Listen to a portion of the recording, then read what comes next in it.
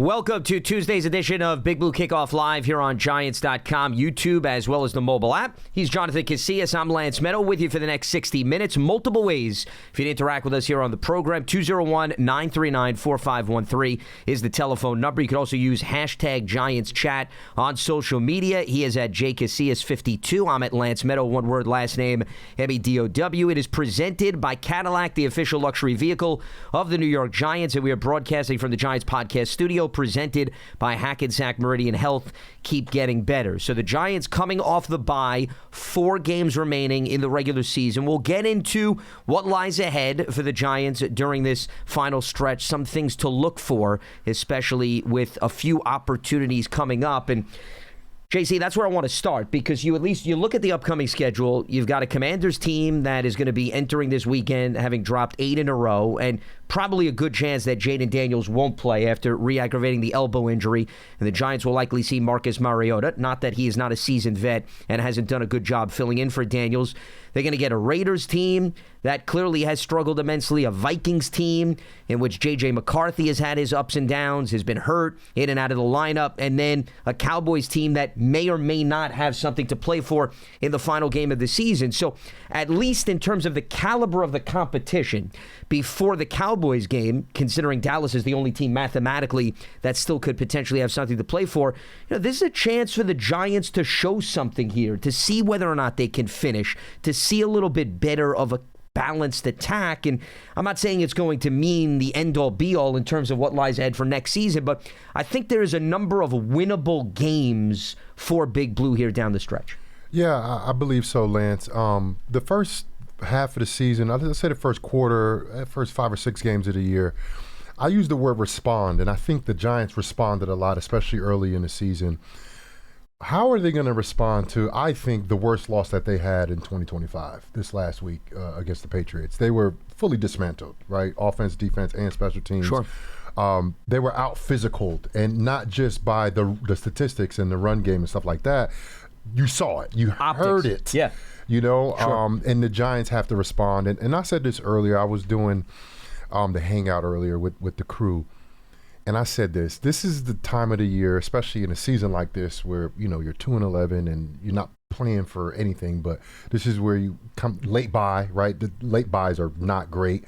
Late bye, so you have a lot of stuff to look at and a lot of self-reflection. This is where you look at a mirror and say, hey, am I doing everything I can, not just for this organization, but am I doing enough for me to stay in the league? There's already been multiple firings in this organization. Head coach, defensive coordinator, right, Coach Cox. Like, this is where you should look at yourself. Hey, am I doing everything I can to not just play the best football for the Giants, but for myself? And if you do that during this time off that the Giants had, and you come back with a refreshed energy, forget your record. Don't worry about none of that stuff. Don't worry about the playoffs. Don't worry about bonuses and all of that. Just go out there and play good quality football. Put good film out there, not just for the Giants, but for yourself. I hope that the guys did that during the bye week so we can get a little bit better play, because this Giants team still got athletes. Yes, some guys are banged up here and there, but this Giants team got athletes. This Giants team, I think, has a better roster than it has the last few years, and it just hasn't showed it, right? Abdul Carter, he's a guy that we've been talking about for discipline reasons why. And then when you look at the play, it's like, I probably could understand it now that we understand the discipline. This team needs to be more disciplined. From the start of the game, the start of the season, second game of the year, Dallas, right, where they had 21 call penalties. I think it was like 14 that they actually, got a lot combined through, between right. both teams. It was insane. And this team needs to show that they're making progress. I know it's late in the year. I know they're not playing for anything, but we have to see something right now, Lance. Like, last week was horrible. That was every game I felt, it was maybe a couple games, San Fran and the second Eagles game, where I felt like the Giants got outplayed and it wasn't really a close game. That game, they got their butts whooped. Oh, sure. And I didn't feel like that this whole year. And then I saw that. I'm like, okay, this is where you got to look at yourself as an organization, as a team, and then individually as players, as coaches. because that's embarrassing, you know, and these are all prideful men, you know, from the bottom all the way up to the top, and they have to respond. They have to figure out a way to respond. They had a bye week, got a chance to go ahead and self-scout coaches as well, see what you have, done well this year, because they have put out some good film. Defensively, I would like to see them to take a big step forward. I think that's been a huge disappointment, and let's see what they can do against a reeling Commanders team, right? They're without their Ertz. He's been hurting the Giants for a very long time, not just with this team. And then they might be at their second quarterback. So I do see that, there's some things that the Giants could take advantage of come Sunday. Yeah, they're not putting up a boatload of points, mainly because of the injuries. Terry McLaurin recently came back, but he had missed a stretch. I mean, if you look at this 8-game skid, to your point, JC, they put up 13 points against the Dolphins. Okay, went up slightly against the Broncos. That was a close game that they lost right at the end, but they were shut out by a Minnesota Vikings team that actually the Giants are going to see. But, I mean, Minnesota has been Dr. Jekyll and Mr. Hyde, and I would say their defense probably played lights out for the first time we've seen this entire season. So, very erratic squad that the Giants are going up against. And they figured out ways to lose games, too, just like without the Giants. Doubt. Absolutely. And 8-run. I would wholeheartedly agree with your assessment that the Patriots game was the first time that the Giants were essentially non-competitive, right? Every game, no matter how it finished, you felt that they had a chance. They were in the thick of things. They were completely, as you mentioned, I mean, it was outplayed. 30 at halftime. Yeah. They had 30 points at halftime, and they basically pulled the foot off the pedal. Well, you had special team issues across the board. You gave up short fields to the Patriots. You gave up a special teams touchdown. So no matter how you want to spin it, and they could not took advantage. keep up with their physicality. That's what really jumped off the screen to me watching the game from home. I'm like, this team is they're like, we're going to send a message to not just this team that we have a lot of history with, right? Preseason, Super Bowls, but we want to send a message to the conference, to the league, that we are the best team in the league. That's how they played. They played like that, and everybody talk about the Giants, catch up in talent-wise to other teams. Sometimes it's not about talent. It's about mentality. It's about mentality and approach that you take. And the approach that the Patriots take, I mean, when you think about the Giants from back in the day, back in the 80s, back in the 90s, it's kind of taking that same type of approach. And that's what's kind of been missing here in New York. Is that approach, that physical mentality is like, no matter what the score is, you're going to know that we was in a fight today, And we're going to have the bruises to prove it to you. Well, it's that old school flavor that you're talking about in terms of comparison to the 80s Giants. And I think there's a brand of football, which is what you were getting at, that New England plays, that differentiates themselves, JC. And you know that very well from being within the organization, that is cut from a different cloth. And I think it feeds off of Vrabel and him being a former player and how he played and how he approached the game. Because I'll give you an example, and this goes back to a conversation I was having on BBKL last week relating to the hits that Dart took. And that fine line about, do you step out 2 yards earlier to avoid the hit? Last night, I don't know how much you saw maybe of the Eagles-Chargers, but there were times where Herbert was running out of play. And I know Herbert's playing with the broken left hand, but Philly let him run out of play. And that was what I was pointing out. I'm not saying that guys, and you know this from being a former defensive player, that they don't have the mentality, hey, if a quarterback's running, I'm going to try to take a hit. But there's a brand and effort that New England shows that I don't think is duplicated, which was my point, JC, from the 31 other teams, meaning they stick out a lot more than even a Philadelphia team with Vic Fangio at the controls, which is physically defensive minded, but there's some other teams that they'll let the quarterback run out of play because they don't want to risk a penalty, whereas New England's going to walk that fine line. Yeah, and they did. Yeah, without a doubt. That wasn't the only hit. It wasn't the only hit from that linebacker as well, right? Ellis, And look, I think that's a little self-inflicted with Dart, No doubt, but I'm not talking about the approach of the team is different. Yes, I agree with you. Yeah. But I think, and I want to talk about that a little bit, because I do think that Dart he's not taking advantage of what they accredit to quarterbacks. They have a lot of protections for the quarterback, and he's not using it. And the reason why I say that, because yes, he becomes a runner when he breaks the line of scrimmage and he's running the football, design runs, blah blah blah blah, all that stuff. But once you show that your willingness to run out of bounds, your willingness to just go away from contact, your willingness to slide early on, now it puts you at the ultimate advantage, because defenders, they do not want to get penalized. And if you've shown that time after time, you're making the smart play, which is not taking on unnecessary hits, because sometimes you 3rd and 1, crucial point of the game, right? Yeah, you need to fight for the first down under those circumstances. You have no choice. And if you look at Mahomes has been running guys over. You know why? Because he showed the willingness to run out of bounds so many times, and everybody eases up as they get to him because they don't want to hit him when he slides, because you could get ejected if you hit him the wrong way. You can, definitely going to get penalized. You're going to get fined. Yep. There's so many different things. Dart has never gave people that. He didn't give that, if I hit him, I'm going to come out. No, there's he's going to allow me to hit him because he thinks he's tough. And he is tough. He is a tough guy, but there's rules to help you play the quarterback position. And I just feel like he didn't take advantage of them early enough. And that's why you saw the hit right on the fine edge, because he knew he can get there. Because he knew that Jaxson Dart wasn't stepping out. So I just feel like, and I just want to talk about that because I really haven't spoken about that. Sure, no, I'm glad you did. We haven't spoken in, I don't know how long, a year? Correct. It's been a while since we've done a show. Correct. Yeah, but so this is refreshing. I wanted to put out my perspective on that because he can get that back. Because now if he goes to slide late, if he goes to go out of bounds a little late, and he does get out of bounds, they're going to take that extra step and hit him. So hopefully he doesn't take a shot like that again.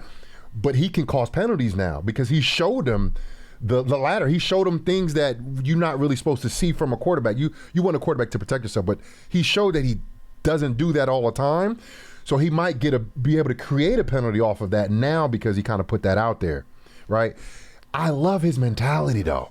I do love his mentality. The toughness, yeah. I love it, and I think people feed off of it, just like when Scatterable was healthy for the Giants. The Giants need more guys like that, right? Live on the edge, play on the edge, but the last sentence of that statement is never hurt this team. I love the way he plays on the edge. I love the way he lives on the edge, but don't hurt the team. Don't hurt the team by getting yourself hit like that. And I want everybody to play like that. Play feisty. That's what the Patriots did. The Patriots played right on the edge. There was some penalties there, sure, but they brought it every play. That's the way football should be played. I believe. And the Giants have to take a similar approach to that.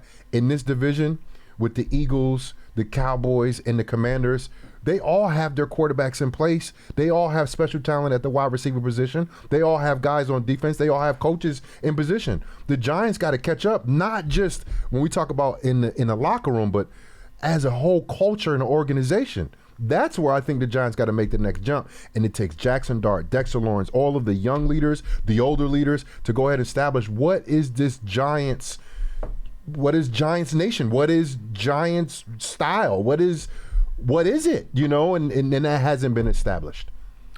Interestingly, and I'm glad we delved into a little bit more on this Dart perspective, because I don't know if you heard his comments, JC, after the game, but he was defending that, he's been playing like this since high school and college, and that this is his brand. So he's rolling it over. But I was curious your perspective, because as somebody that also played on the high school and the college level, there's a distinct difference between the competition you're seeing there and maybe what guys let you get away with versus going up against Ellis and the Patriots on the NFL level. So I think there's still that room for him to make an adjustment. But I think you brought up a good point. He's still in that middle ground where there's times that, for example, the Landry play, he did give himself up, right? Yeah, I mean, Landry, I thought jumped over him. Slid he has slid, yeah. Mm-hmm. But then there's the other play where you're roaming up the sideline and you think, okay, I got some wiggle room here. And all of a sudden, Ellis, to your point, saying, no, if he's not going to go over out of play, I'm going to hustle over, I'm going to get a hit on him. So it's sort of picking and choosing and knowing, to your point, down in distance where you are in the game so that you don't put yourself in a position where you're now not available. Yeah. And I think that's what he's going to have to learn, because you brought up the division. Well, Jaden Daniels just re-injured the elbow injury. Yeah. So his status is very much up in the air. Not to get off topic, but a guy that we're very familiar with, and it was a shame to see it happen. Daniel Jones just tore his Achilles, and here's another season, right? Yeah. Now, he was playing with a broken fibula, and I'm sure there may be some connection. Another tough guy. Correct. And absolutely. We all love Daniel and his Nobody's toughness. questioning his toughness, Mm-hmm. but at the end of the day, you don't get brownie points for being a tough guy. You get brownie points for being available in the game. That's it. And the narrative, and it's really not a narrative, there's validity behind it. DJ, outside of one full season where they made the playoffs, the Giants, he has missed games. A lot. Dart doesn't want to go down that road where toughness is great, physicality is great, making game-changing plays, but every year there's 3 to 4 games that he may not be available. And that's, I think, the concern here, which goes under the umbrella of what we're talking about, things to watch in the final 4 games. How does he look to extend plays, and what is his perspective and approach to that? You get, when you're in the league, especially a younger guy, you get baptized, right? That was his baptism. By fire very quickly. Yes. That was his baptism. It happened a little later in this season. And I think he has learned. I think he's learned from the hits away from the sideline, right? Against the Chicago Bears, right? Yeah. He has slid, even in the game last week, he slid multiple times. And he will learn. My thing is with him, it's, all right, let's say he was throwing interceptions, right? And he has the same, like, I've been playing this way in college and in high school, but because you're throwing interceptions in the league, you probably got to figure out what you have to change to not throw interceptions. You know what I'm saying? So his numbers look great, right? He got 11 passing touchdowns, 3 interceptions, 7 or 8 rushing touchdowns, that's really good. Yeah. So you don't really see the hits on paper. So it's not really, because the numbers look good, to your point. Because the numbers look good, but that's a part of the game as well, taking the hits. So it's like, okay, you might have took some of those hits, and they weren't as hard as Ellis last week. I've never seen him I haven't seen too many people get hit like that. Well, he flew. At the quarterback position. Dart took flight, okay? Right? And he's not Superman, I'll tell you that. So what I do know in the NFL, people talk about the tackling in the NFL, and that might be true. It might not be as great as it used to be, right? But everybody can hit, Lance. Everybody. They've been running and hitting since they were children. and they would love the basic concept to of hit football, a quarterback like that.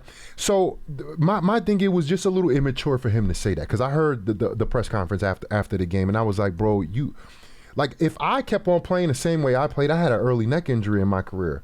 I would never played 9 years. I had to change the way I played because of my health.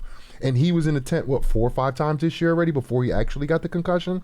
So it's like, bro, you have to learn from not just the X's and O's and the speed of the game and all that, but also from the physicality of the game. It's an increase. The skill level, the intelligence level, and also the physicality, and you have to put that in as a factor at things that you have to improve on when you move to the next level. And we're not asking you to be a punk. We're not asking you to do none of that. Just be smarter, as you're doing in the X's and O's, as you're doing in route progression, as you're doing as the situational football. You're being smart in all of those things. You should be smart in the physicality of the game as well. It reminds me, and I'm going to go back into the archives, there was a preseason game several years back between the Jets and the Giants. And Rex Ryan was the head coach of the Jets.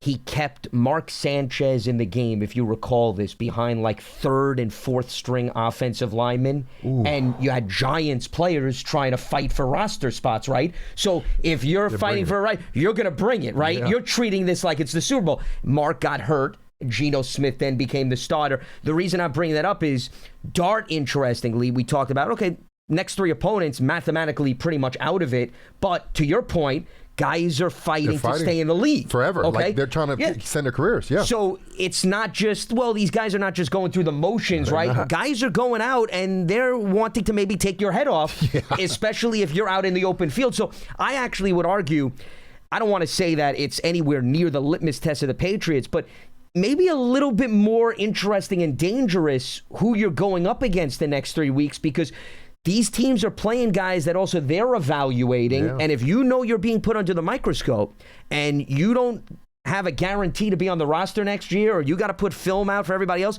there's a little bit more pep in your step, right? No matter who you're going up against. You're playing for your career. Without a doubt. So that's maybe more of a reason why he needs to be a little bit more cautious in his approach, because a lot of people would look at, these teams, they've got nothing to play for. No, but the individuals have everything at stake in these next 3 games. And that's where I think we're going to learn a lot about Dart.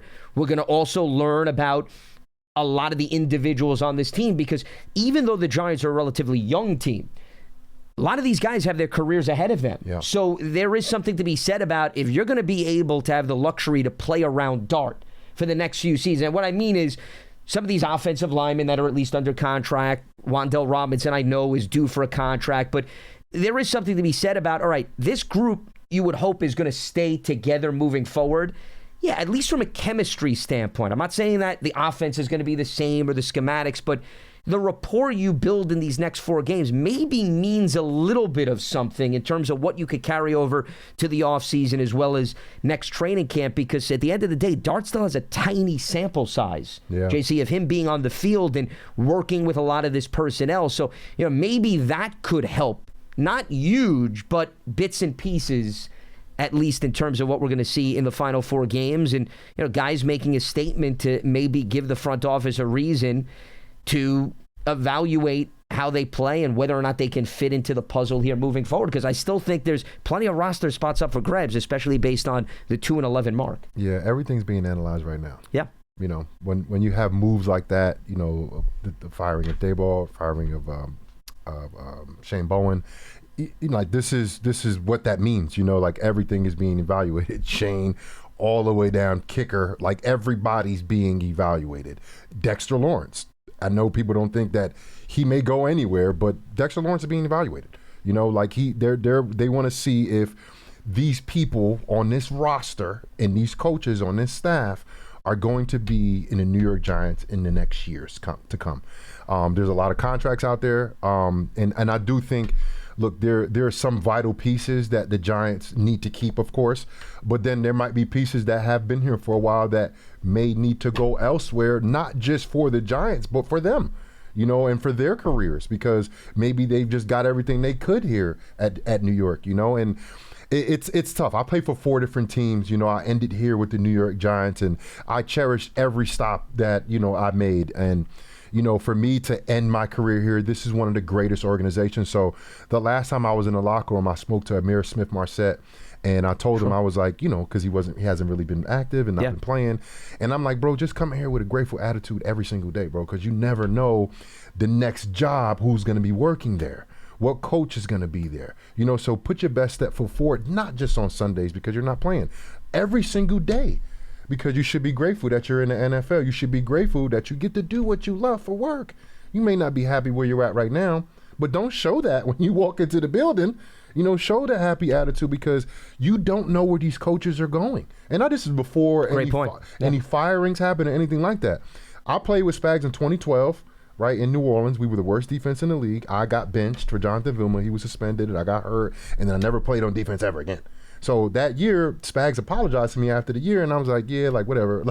But I played hard every day. I came to work with a smile on my face. I never changed my demeanor, right? Fast forward 4 years later, he brings me here to New York, and I'm sitting there like, oh, the Giants are offering me a nice contract? I'm like, where did they come from? And he was like, oh, Spags is there. Oh. The connection. But because I played the game a certain way, even when I was unhappy, I was very upset that I didn't play defense. Yeah. But I didn't show it, and I play like a professional. These Giants have to do that, because you can recover from 2-4 early in the season. You had the team to do it. You showed that you can take down top teams in the NFL early in the season. But you have to be able to play like that regardless of your record, regardless of what happened the week before, regardless of what happened in your house and with your personal problems. And I just think that the Giants just haven't got the full potential from this roster that I think is one of the best rosters we've seen from the New York Giants since we've been working together, for sure, Lance. Well, listen, we've seen fair share of ups and downs, and I think this is one of the first seasons in a while where the team has been consistently competitive. Yeah. Whether or not they finished, again, is a different story, but they've been in just about every game. Can't say that about previous seasons. Yeah. A lot of games that just got out of control early on, and you knew, regardless of what happens in the second half, they do not have a legitimate chance to get back into the thick of things. One player, interestingly, you piqued my interest in terms of you sharing your experience and your tie into Spags, which is another example of how a small world the NFL is. But there's an example this year of a guy they brought back, Isaiah Hodgins. Oh, man. Right? Hodgins was on the Steelers practice squad, but he had ties, right, to members of the organization and Kafka, so they had a need, right, to bring in a wide receiver, and because of the impression he made. Now, Hodgins played a lot, of course, the first time he was there and helped them in that playoff run in 2002, but now all of a sudden he could go from the practice squad to a regular roster and immediately contribute, and he also has familiarity with the scheme. I mean, that was a golden opportunity. I'm sure if you ask Isaiah Hodgins what would you rather do? Would you rather be with a team that has a chance to get to the playoffs and be on the practice squad, or actually play and prove your worth to get back on a 53-man roster? I mean, I can't speak for him, but I think it's stating the obvious, right? Unless it's like week 17 or something Correct. like that. Yeah. And he's been in this area, so, uprooting himself, and I think he understands being with a few different teams. That's life in the NFL, as you can attest to. But I was talking about him, like not specifically, but like I feel like he embodied what I was just talking about, right? Like he's a guy that has been on practice squads and taken off practice squads. The 2 times the Giants got him was off of somebody else's practice squad. Yeah. And he came in ready both times, and you got to have that mentality because you never know. You got to have that Jameis Winston mentality, right? Jameis says, they said, what they say? They said, how was it when you were waiting? He was like, I wasn't waiting, I was preparing. I love everything he's got he a says. line for everything. I love everything he says. He's extremely entertaining. He's so good. Yeah. But the mentality he has as a backup, he's a backup. He was 3rd string. Yeah. Never wavered in his mentality. And he was ready. He came in and he played good football. Right? He gave us the Jameis Winston experience, right? He threw some amazing passes, and some passes was like, oh, wait, Jameis, what you doing? Right? And that's Winston. Yeah. That's Jameis Winston. He is consistent in who he is as a player. You know why? Because he's consistent in who he is as a man. When you're that way off the field, it's so easy to do it on the field because you do everything how you do everything, right? Doesn't put on a facade or something like that. That's just how he is, and I just feel like sometimes, on teams, some guys might do that. They might act differently or do things differently. And it's like, no, bro, you're a professional. If you're doing anything differently, you're doing it differently here, but to a higher level because you're a pro. Right, just like you're a professional in anything, right? If you go to a doctor and the doctor is not on time, or the doctor, messes up, or like you can be like, bro, what? Like you're a professional. Act like a professional. And I'm not talking about Abdul Carter. I'm talking about the whole team, right? Javon Holland hitting the ball out somebody's hands. Like, bro, what are you doing? You know what I mean? Like those type of things, the little things like that, they add up. They add up, especially when it comes to close games in the 4th quarter. It's all the little details that matter. This team has to grow up a little bit more. I think they have some great leaders. I think there's some guys right now on this team that might not want to be here or might not want to play for this regime. I don't know what it is exactly, but the Giants, I just felt like, man, we've seen them grow the roster to the point where it's like they are competitive with the better teams in the NFL.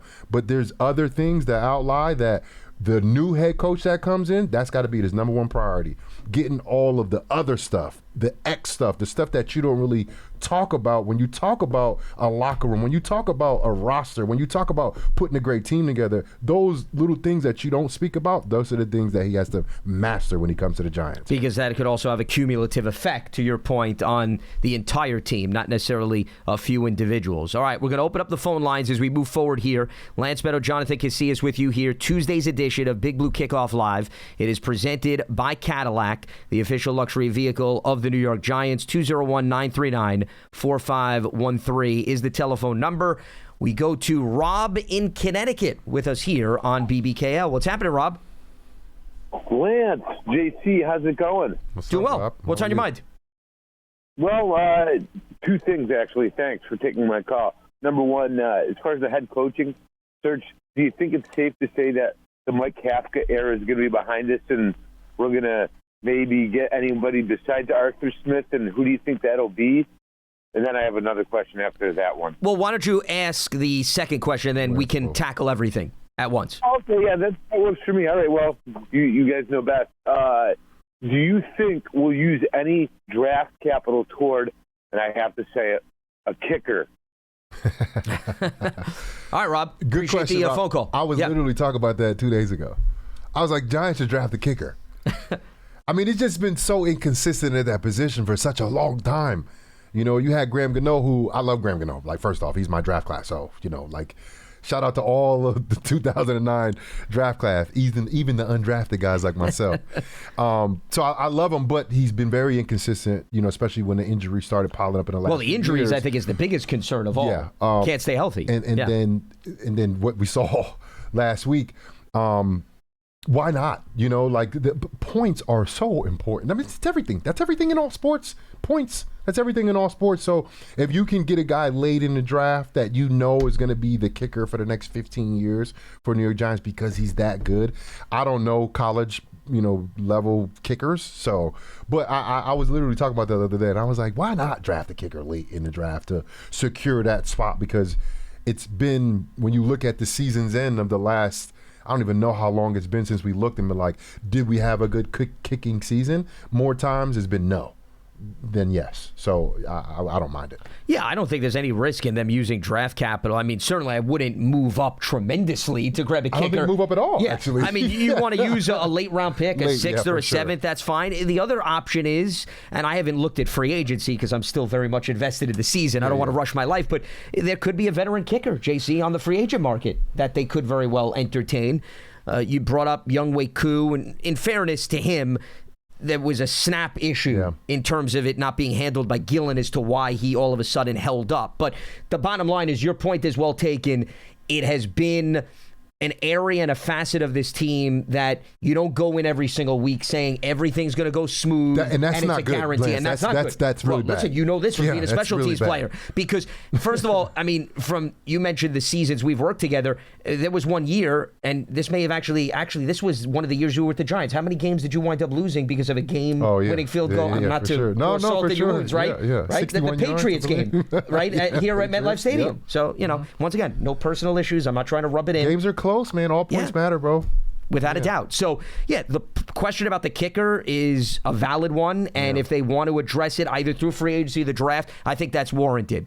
As far as the evaluation of Mike Kafka for the permanent role as the head coach, well, I mean, Joe Shane had his press conference right before the bye week and made it clear that they will continue to evaluate him and that he will get a shot at an interview. And if you remember, Spags, you brought him up. Spags got an interview too when he was an interim coach. It's normal that they're going to give the interim. First of all, even if you don't hire the coach, I would say I'd want to hear what he saw firsthand, right? Behind closed doors. I know that the coach and the GM are talking regularly. Nobody knows more than him right now. Without a doubt. Yeah. So there's value in having a conversation with Kafka to see what worked, what didn't, what he would tweak. And also, he's been here with the team for several years. So his lens, I think, is important to get that perspective from throughout the course of that interview. But just like we're talking about the players, the next 4 games and how they go up against, remember, teams that mathematically are not juggernauts, have issues,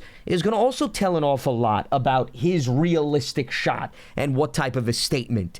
As far as candidates, it's wide open at this point. I mean, they can look at anybody, but remember, based on the playoff schedule too, that's going to impact when and who they could talk to because of some of the tweaks and rules they made.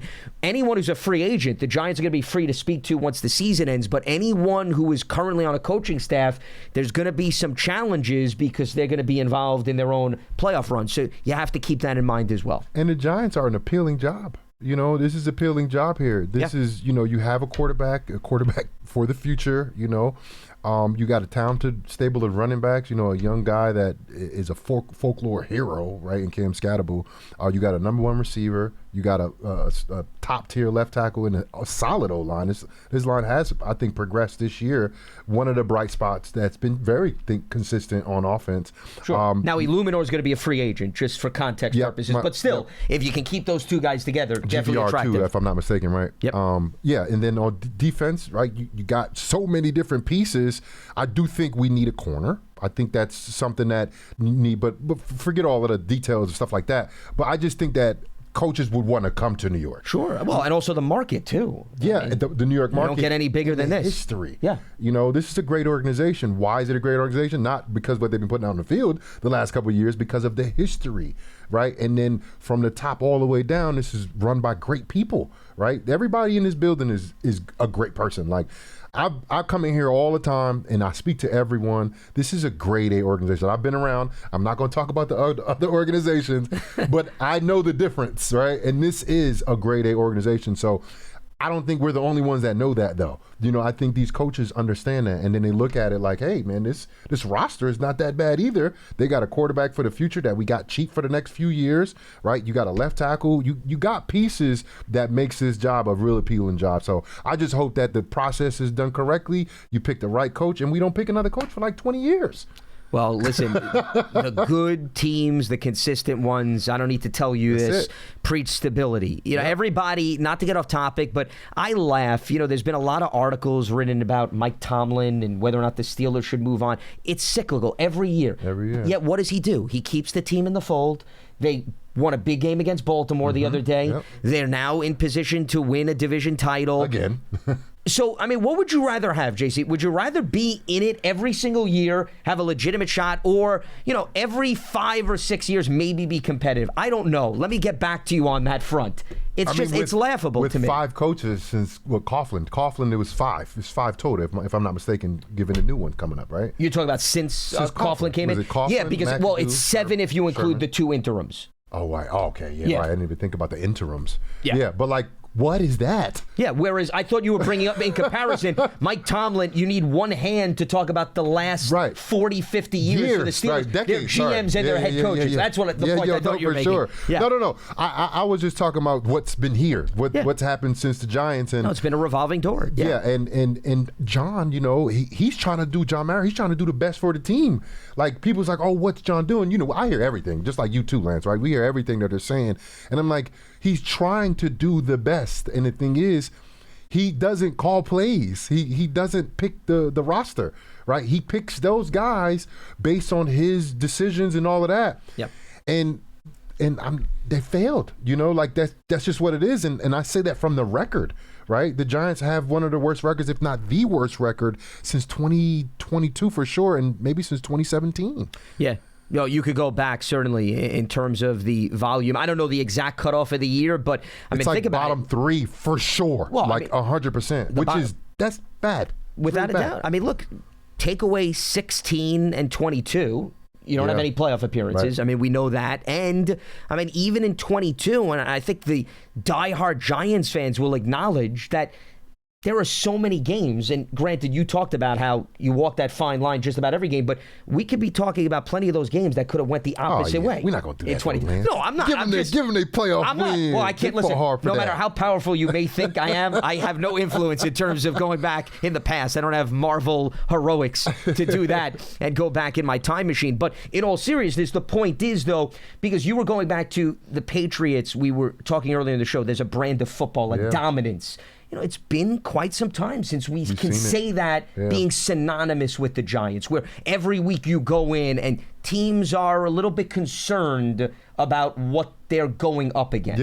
Right? Yeah. I mean, that as a former player. Every week you look at who you're playing and you go in and there's a different feel. Yeah. It's not to say you're taking anyone for granted, but because of how they play and the coaching staff and what they've instilled in their players.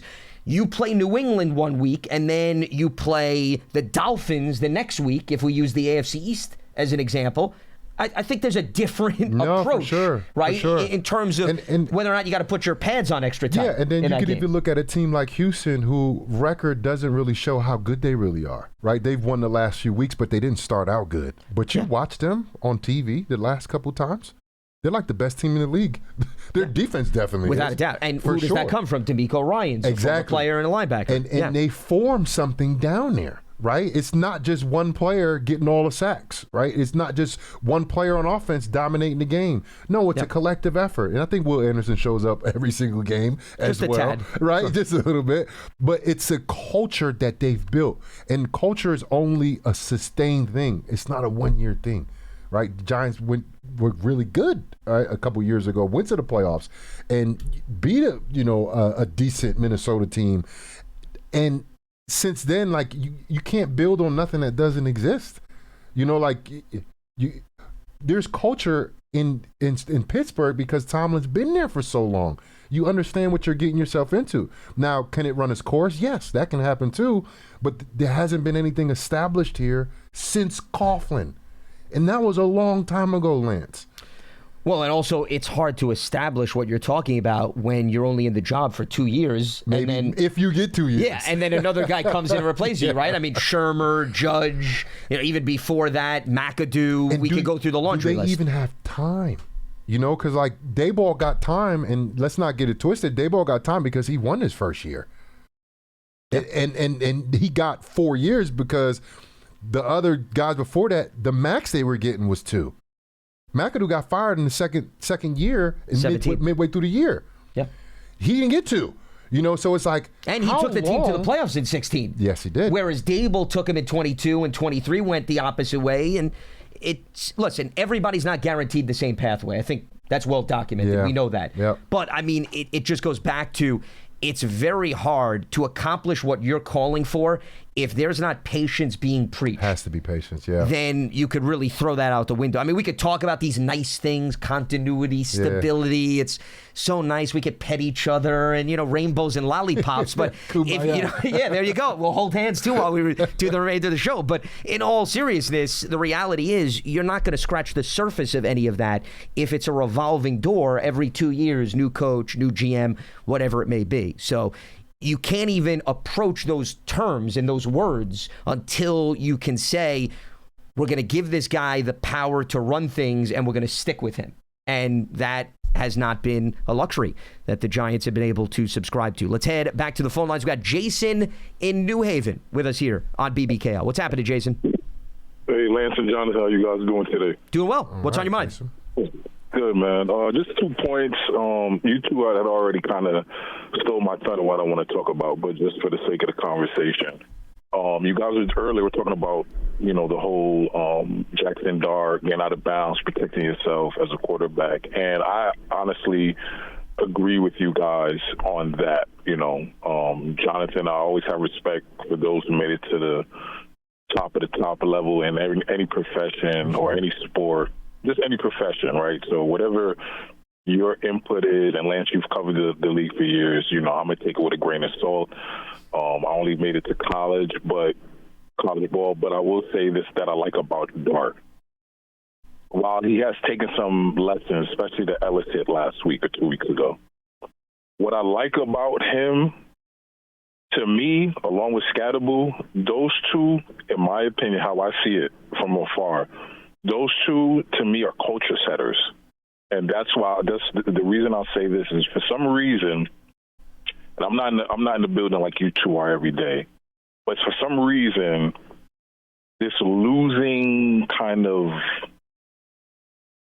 attitude, I feel, is kind of I don't want to say taking a hold. I don't want to sound too out the loop, but I think those two are trying to change the culture, right?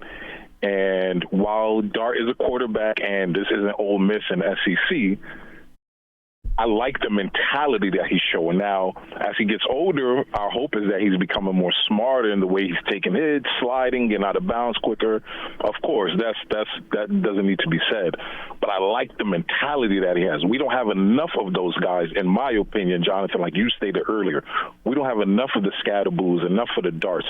And I like that they're coming in with this kind of like I wasn't here for the last few years. I'm going to change the culture. I'm getting the first down. I'm getting the touchdown. So I like that about Dart. Now, he has to be smarter, like you guys said, but I like that. Second point, the coaching thing, right? I don't know a lot of these guys' backgrounds and resumes. I'm sure they're all qualified to be in the positions they're in. But what I would like to see, and I'm not saying you guys have to agree or disagree, but just for conversation, we haven't had this from Coughlin, right? And what I mean is a lot of people are so concerned, well, we need a head coach to maximize Dart. We need a coach to maximize the offense. We need a coach to maximize the defense. What I want to see, I want to see a leader, right? In my opinion, when you're a head coach, your main objective is to build the culture and to show accountability and excellence on the field. That, to me, that's a job as a head coach, as a part of the X and O's of offense and defense. So you know why the Patriots were foaming at the mouth? Because Vrabel was that person when he played for the Patriots. You know why Mike Tomlin and the Steelers are always in the playoffs every year?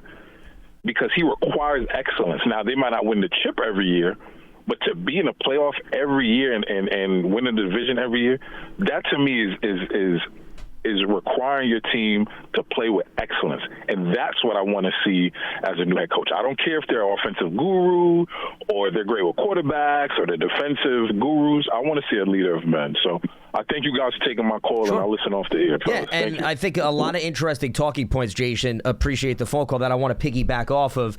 Number one, with respect to you don't necessarily need to bring in a play caller, I wholeheartedly agree with him. Actually, let's stick with New England, JC. Vrabel, what was one of his best hires? Josh McDaniels. Yeah. And he gave Drake May to Josh McDaniels and said, you guys go off to your own corner. Yeah. I'm not saying that Vrabel has no say, right? And we know McDaniels has a great track record with quarterbacks, and May looks like a completely different quarterback, right? We're talking about a guy that's leading the NFL in passing yards and completion percentage entering that last Giants game. So you can have a good delegator of responsibility who knows how to command a room, command a team, and empowers coordinators and doesn't have to be bottled up in the play calling. Now, in fairness, Andy Reid has done both very well. So I don't want to say that there's one shoe that fits all. Yeah. And also, I think I brought this up on previous shows, but if we go back to the comment from the last caller, Jason, the Giants also have plenty of examples across the board. Pat Shurmur, offensive background, right? And then you look at Ben McAdoo, offensive background. Brian Dable, offensive background. Now, Joe Judge was more of special teams. He was a special teams, but he was more of that guy that you would say you bring him in and he delegates, right? Because he's not a play caller. And we know how that turned out. So the point is, you could say they've tried different things. It hasn't necessarily led to great results. So if they want to go down any of the roads, they wouldn't necessarily be wrong for doing that. Coughlin was a delegator. He was a commander of the room, and he empowered his coordinators like the Kevin Gilbrides of the world, like the Spagses of the world, and it worked. It was a good fit. To each their own, as I say. Yeah. Once again, it doesn't have to be that type of philosophy, but the idea that you've got to go with a defensive coordinator because the Giants' defense isn't good, or you got to go with an offensive coordinator because they have a young quarterback, I completely disagree with those sentiments. Me too. I actually agree verbatim what Jason said, and I want a leader of men because I've seen with this last 10 years since I've been retired, 8 years since I've been retired, I'm not that old. Who's counting? But but the last 8, 9, well, I guess 10 years. Let's go 10 years because Coughlin was here in 15, and that was my first year with the Giants. So the last 10 years of the Giants. You're commemorating your anniversary with the start of the team. I see. Okay, that's it. How sweet. That's yes. it. Please go ahead. I don't want to interrupt. Yeah. But it's. I just think that there are certain coaches that are built to be head coaches, right? And there are certain coaches that will never be a good head coach because they don't fit what a head coach needs to be, And I'm not saying Spags can't be a great head coach, but clearly he's a better defensive coordinator than he is a head coach. Sure. Right? And I think that might be the case for Daboll. It might be the case for several coaches that the Giants had. But who's to say that John Mara, Joe Shane is wrong for giving a guy an opportunity because he shows promise? Right? But I truly believe what Jason said. You need a leader of men. Somebody that can get in here, like you said, get the coaches involved and have them be their lieutenants, right? And then you have to get the leaders of the locker room be your chiefs, right? If you look at what the Patriots did, right? The guy, of course, on offense was Tom Brady, of course, right? But the guy on defense was Vince Wilfork when I got there, right? It was Gerard Mayo, right? It was Dante Hightower. It was Devin McCourty. Like, they held the standard, right? And that was coming from Bill. So a guy that comes in to be the leader of this organization has to be a 5-star general, somebody who I believe is a delegator. You don't have to be that smart, Lance. You don't have to be that savvy as an offensive guy. You don't have to be mean, but you have to be a leader, and you have to have every single person in that locker room following you without questioning one bit. The guy yesterday for the Chargers, the one that made the interception at the end of the game, Jefferson, I believe his name Tony is? Jefferson, Tony Jefferson, former Raven. Yep. You know what he said about his quarterback? He said, I'll fight, I'll die for him. That's what he said. I was like, yo, that's what's up. But like, you want to have that as a team because guys are willing to put in extra effort. They're willing to put their life on the line, their body on the line. Let's be real about this. Like, football is a dangerous sport, so you are putting your life on the line for sure. But not even that serious, but it's just the culture that I've seen in different winning organizations. I just haven't seen it here for the New York, and I just don't think they had the right guy leading this team and leading this organization yet. Glad you brought up the Chargers. Harbaugh is another great example. Delegator, right? He brings in Greg Roman. They have a history of working together, but Harbaugh's not the play caller. He's on the sideline taking command of everything, and he's got and that team Minter as his defensive coordinator, Roman. Yeah, sure. So there's a lot of strong models that come from the Coughlin school of thought. Right. So if the Giants wanted to go back in the direction, that's fine. But then you look at what Ben Johnson has done for the Bears, okay? Mm-hmm. Ben Johnson is an offensive-minded guru. He's the head coach, and he calls the plays. Yeah. Well, that's done wonders for Caleb Williams right in the Bears thus far. The results are good. Sean McVay when he first got hired. Without a doubt. Mm-hmm. So I could give you attractive examples on both sides of the equation, but we know that the Giants model that at least has worked. Now, Coughlin is maybe an unreachable standard given what he did for this organization. I'm not saying that it can't be duplicated, but I mean, you're going to like the highest point. But that worked because he knew what he was strong at, and he knew that he didn't want to be bottled down with play calling. But they can find whoever the coach is, whether if Kafka is given the promotion, we know Kafka is going to be the play caller. So there's not really mystery there. But if they go in a different direction, what do you do to the interview process, JC? You ask that coach. I mean, one of the biggest questions is, what do you think of Dart? What do you think you'd run with Dart at the controls? And would you be the play caller? Or would you bring somebody in? And if you're going to bring somebody in, who do you envision? I mean, those would be the pressing questions that I would have if I'm interviewing a candidate, because not to say that Dart is going to be the only indicator of the trajectory of this team, but he's certainly a very key component of what you want to do here moving forward. Yeah, and I don't want to, I'm a defensive guy, so let's not, I'm biased, of course. I can't even say I'm not biased. I'm very Show biased. your true colors. But you got to ask tough questions on defense too. Well, who they bring in if they're an offensive-minded guy. guy. Also players too. Who are you gonna? What are you gonna do with Dexter? Sure. That's all relevant. And that is just I think, and I do think. Look, I think. Look, Dayball got fired, right? I think he made a huge mistake in saying this out loud.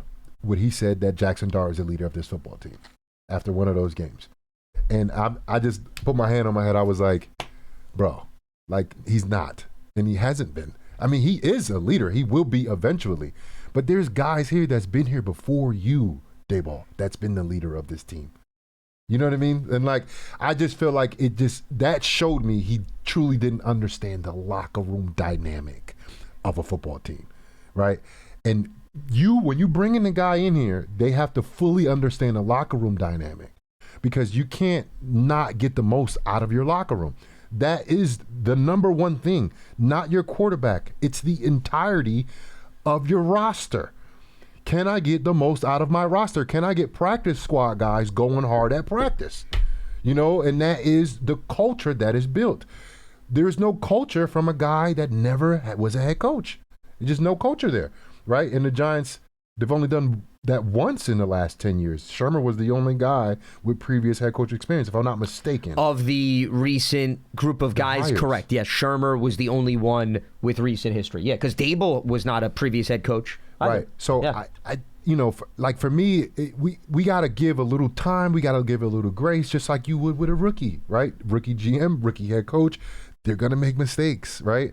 So coming in, I don't expect whoever comes in to be perfect, and the Giants are all of a sudden, 12-5 and they're making the playoffs, got the 2 seed or whatever. Like, I'm not expecting that, but I do want to see progress in the culture of the organization, right? Not the wins and losses. I mean, it's going to be not too hard to win more than they did this season. Every game is difficult, of course, like that. But I mean, 2 wins this late in the season is crazy. But that's what I want to see first. I want to see, can you get every guy in that locker room? Can you get your stars playing like stars? Can you get your young guys not making silly, unprofessional mistakes, right? Can you get your roster to do that? Now let's see what you look like on the football field, because you have to take care of that first. Real quickly, before we get back to the calls, you were bringing up a point talking about you can't just focus on one facet. Interestingly, the NFC East is being showcased on Hard Knocks, and one of the cutaways showed Kafka. Yeah, I did. I saw the first, only one episode. You're not that behind. Okay, good. Don't worry. We'll give you time to catch up, and then I'll truly test you maybe in about a week or two. But they showed a little bit of the Giants, and they showed when Charlie Bowens, the new defensive coordinator, addressed the unit for the first time, who was sitting in the room, Mike Kafka, which is why I think there is an attractiveness about a guy not being bottled up into just play calling, so this way he can be attentive, right, to the other elements of the team. And I think Kafka deserves credit. I think he's done a really nice job since he's took over as interim coach to make sure that he's available to the other areas of the team. Not to say Dable wasn't doing that, but it's very evident that he's going out of his way to do that. And I think that is maybe something that is a lost art that gets overlooked. And this is good for him. Before you go on to the call, this is good for him too, because he had previous head coaching interviews as well. This is good experience for him. Let's say the Giants don't keep him on staff at all. You know, he could be a viable option for a team. He could definitely be an offensive coordinator. We've already seen that. Yeah. You know, but I think he's a viable option, and he has some on-job experience now behind him. Because again, it's hard to bring in a guy and say culture because he doesn't have anything. He's 0-0 as a head coach. You know, like, how good is he going to be as an NFL player? He's never played an NFL game, and I'm talking about a player. Same thing with coaches. You don't know. Of course. There's no proof in the pudding. Right. To use that statement. Yeah, without a doubt. Let's head back to the lines. We've got Lawrence in Florida with us on BBKL. What's happening, Lawrence? Hi, thanks for having me. Sure. What's on your mind? I just want to say I want the Giants to get some tough guys on that team. I mean, these guys, they tackle high. They'll tackle him for a 3-yard gain. By the time they bring him down, he gained 8 yards. None of the Giants would have hit the Patriot quarterback like that guy hit Dart out of bounds. And I never, ever saw a paint come off a helmet before. I mean, you got to get some tough guys in there flattening some people and being intimidated, more physical than these Giant guys are. They just barely push the guy out of bounds. They kind of tackle their arms, tackle high. There's 5 guys try to bring one guy down. The guy scrambles for another 20 yards. That's all I want to say. I want some tough guys. I'm with you, bro. Like the Burns and... I'm with you. And that's all I got to say. I'll take your answer off air. All right, Lawrence. Yep, appreciate the phone call.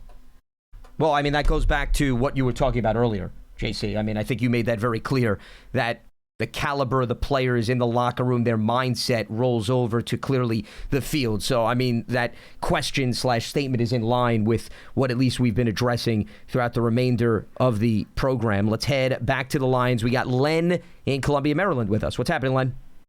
Hey, guys. How you doing? You're right, Len. What's going on? All right. A couple of quick questions, one for each of you. Lance, on the Hard Knocks episode last week, the first time they showed the Giants, it was a coach with 2 or 3 players trying to find the Atlantic Ocean. I thought that was somewhat telling and not a very good optic. And Jonathan, on the leader of men thing, don't you think they had found a leader of men in their last 4 coaching hires? No. This is nothing new. They're always looking for leaders of men. Oh, okay. I got a suggestion, John.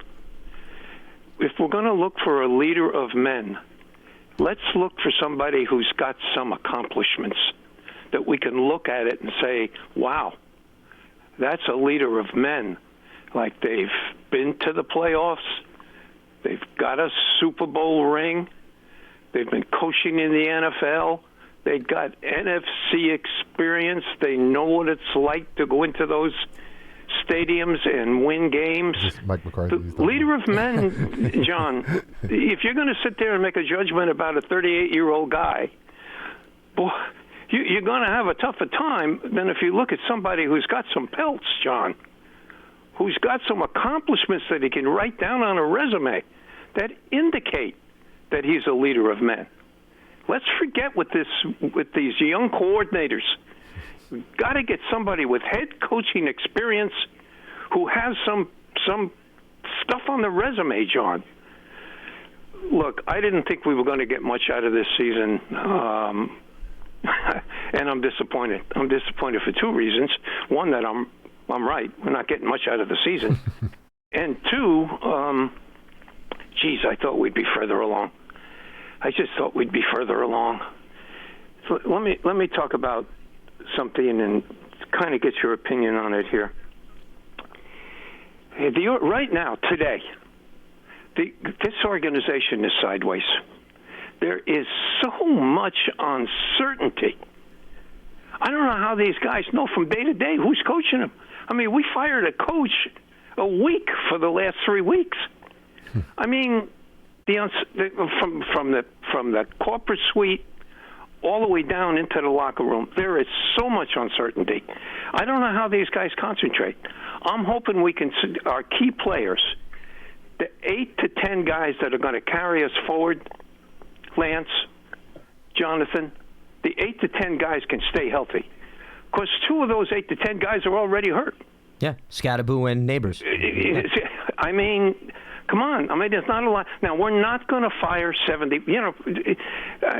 Probably we're holding contracts on about 75 people today, okay? Now, some of them are really short-term if you're on the practice squad, but technically they're under contract with us. We're not going to fire 65 guys. So some of the people that are on this roster are coming back, but man, I just don't know until we can start settling things down how these guys are going to be able to concentrate and try to win a football game. And I think these next 4 are somewhat important. I mean, we got 2 division rivals at home. That's a step forward. If we can take one of those 2 or take them both, it will give us a win over all of our division rivals at home. That to me is an important step. And John, I know you agree with me on this, and Lance probably does too. Man, you got to win those home games. You can't keep getting your best customers going down those escalators in a bad mood. Well, they also desperately, before you know it, you've lost your best customers. Len, they also desperately need to win on the road. They haven't won on the road since early last season. So, that's been just as problematic. I understand from a business perspective where you're coming from. No disagreement there. But, I mean, wherever you're playing, I think at this point, there's that urgency to finish and put together wins. And listen, we're up against the clock here, so we'll let you go on that note. Len, I do want to react to a few of the things he threw out before we wrap up the show. The first thing being, for those that may have not caught the Hard Knocks episode, he was referencing Tim Kelly, who's the new offensive coordinator, was joking with, I don't want to spoil it for you, okay? But right at the beginning, clip has been all over online. He was with Jaxson Dart and Theo Johnson, and they were trying to determine which direction the ocean is in terms of what's creating the winds in the Meadowlands. I mean, Dart, as he acknowledged, Dart's from Utah. I mean, as a native New Yorker, I wouldn't blame a kid from Utah to not necessarily understand the geography of New York City. He didn't know where the Atlantic Ocean was? He was unsure of where the bodies of water were. But I looked at it. It was all good and fun. And I think Tim Kelly was having some fun at Dart's expense. I mean, to read into that and say that it's a reflection of what's going on the football field, Len, I think we're taking it a little too far. I get it. You want to look for ingredients here or there. That, to me, was just a comedic element that goes on in the practice field, JC, which I'm sure you've taken part in, seen things as you needle each other. I really don't think that has any impact whatsoever of what's going on the football field. I'm interested in watching this, though. Well, see, I'm giving you now more of a reason. The last time the Giants were on HBO, it was kind of not that great. Well, that was more geared, in fairness, towards the off season. This is actually in season. Yeah, and we've had some problems in season this year. Well, Lance. I mean, I don't think we need to have another show to explain that. But what I'm saying is, it's a different approach in terms of what the show is focusing on. I want to watch it for sure. So I just wanted to at least provide the context, especially if some of our viewers are listeners. As far as the point about going after somebody with previous head coaching experience, well, we talked about Shermer did have previous head coaching experience. I'm not saying he's got the resume of, let's say, a Mike McCarthy per se.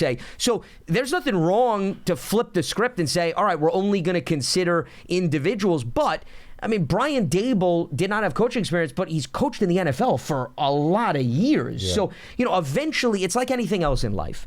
You got to give a guy a chance, right? How do you get head coaching experience if you're never given the chance? So that's how a lot of teams are thinking. But if they wanted to go the direction and say, we're only going to consider veteran head coaches who have winning resumes, your pool drastically gets without smaller. a doubt. Yeah. And that you took the words right out of my mouth. And how I'll do let you you continue produce from there. a head coach if you don't go offensive defensive coordinator? Yeah. Well, this my thing, and I think we could probably end on this. Hopefully, Lance, over time. I just think like, and I look at it as like, I feel like my characteristics and who I am as a player on the field, I was a lot better at weak side linebacker than middle linebacker. And I'm saying that because it's literally the next step over. Like it's, 2 yards, not a yard and a half. But it's just a different way that I play the game and how my makeup is as a player. And I think coaches are like that too. They have a different makeup of them that makes them great coordinators. And then there's different makeup of guys that can be a good coordinator, great coordinator, but he still has the tools to be a head coach.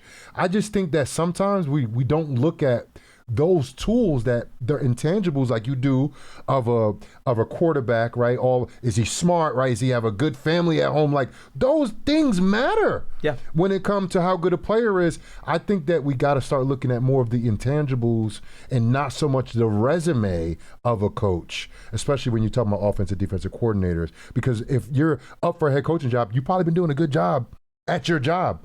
But that doesn't mean that this new job you're going to be good at.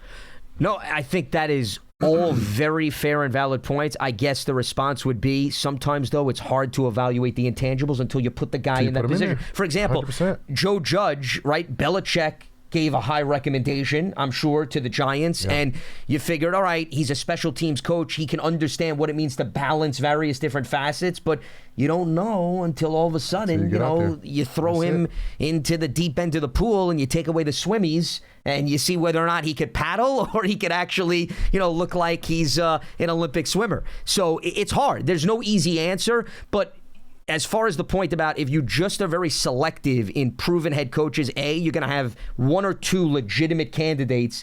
And I think in order to do a very detailed interview process, you got to open yourself up to at least have the dialogue with people that may not fit the bill, just for a learning experience and to get their perspective on what they think of the team. All right, that is going to wrap things up for us here on Tuesday's edition of Big Blue Kickoff Live, presented by Cadillac, the official luxury vehicle of the New York Giants, broadcasting from the Giants podcast studio, presented by Hackensack Meridian Health. Keep getting better. JC, this was a pleasure, man. Hope that we don't have to wait as long to see you. Yes, correct. You see how happy I was when I saw you when I walked in? And there's no acting at all involved in that, even though the high-pitched voice came up. But it's been a long time. I mean, we did 2022 together, basically. Sure. And then we did a little bit 2023, and then it's been like it has been. I don't know why they're trying to keep us apart, but maybe love you, this bro. is a unison. Love for you, bro. Without a doubt. My heart is bigger. I can't even show it with respect to that. All right, this love fest is coming to an end here on Big Blue Kickoff Live. Stay locked to Giants.com for all the latest. We'll be back up and running on Wednesday at 12:30 p.m. Eastern. For Jonathan Casillas, I'm Lance Medow. So long here on Big Blue Kickoff Live. Have a good one.